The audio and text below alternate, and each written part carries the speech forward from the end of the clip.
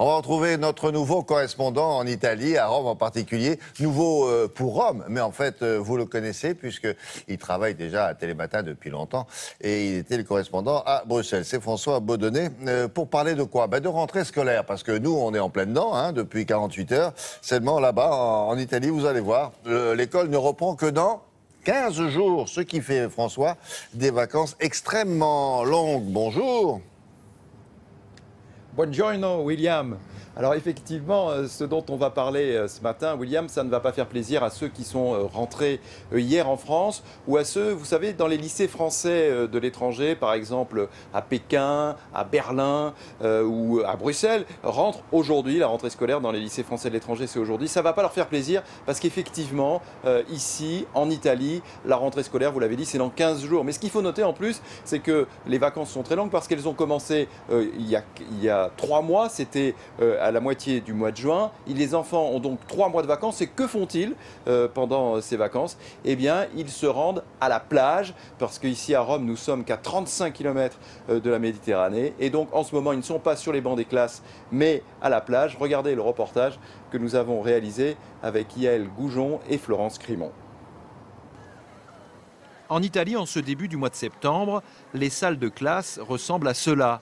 Des parasols et des transats rangés à l'infini. Car ici, la rentrée scolaire n'est que dans 2 semaines. Depuis toujours, les bambini ont en effet 3 mois de vacances d'été. On se retrouve tous. Les enfants jouent ensemble jusqu'à la rentrée, mi-septembre. Et même nous, quand on était petits, c'était pareil.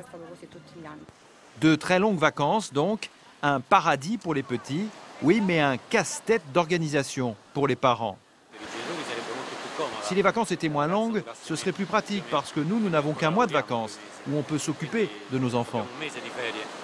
Les Italiens font donc souvent appel aux grands-parents pour plusieurs semaines de babysitting estival. Ces vacances éternelles font évidemment le bonheur de tous les professionnels du tourisme et en particulier des centres de vacances, souvent animés par des étudiants. Si les vacances d'été sont si longues, c'est parce qu'avec la température, personne ne pourrait se concentrer à l'école. Et pour nous, ces 3 mois, cela nous permet de multiplier les petits boulots.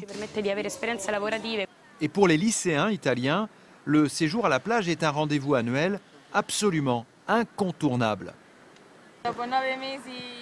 Après 9 mois passés à étudier enfermés à la maison, ces 3 mois au bord de la mer sont indispensables pour nous.